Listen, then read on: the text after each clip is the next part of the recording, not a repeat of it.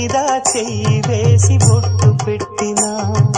తాళి బొట్టు మెడను కట్టి బొట్టు పెట్టినా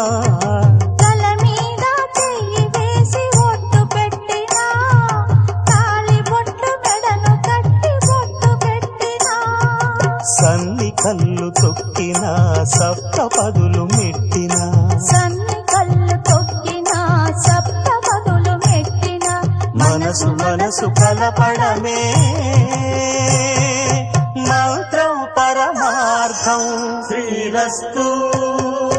శుభమస్తు శ్రీరస్తు శుభమస్తు శ్రీకారం చుట్టుకుంది పెళ్లి పుస్తకం